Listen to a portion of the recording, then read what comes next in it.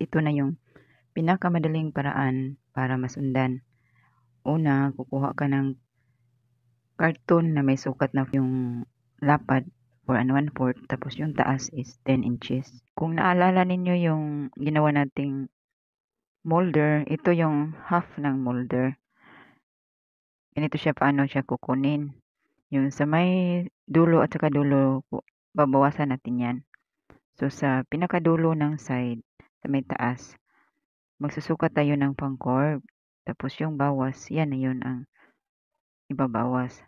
So, una natin gagawin, sukat tayo ng 2 inches sa isang side. Tapos, 2 inches naman sa kabilang side. Pagkatapos, lagyan natin ng markings para madali nang magawa ang pagkukurve. Sa pagkukurve, pwede ka gumamit ng French curve. Pwede na rin kung sanay ka mag-curve. Direct mo na siya i-curve. Markings mo na lang ng tailor chalk. Sa pinaka-curve, 1 3/4 kung susikatin mo yan.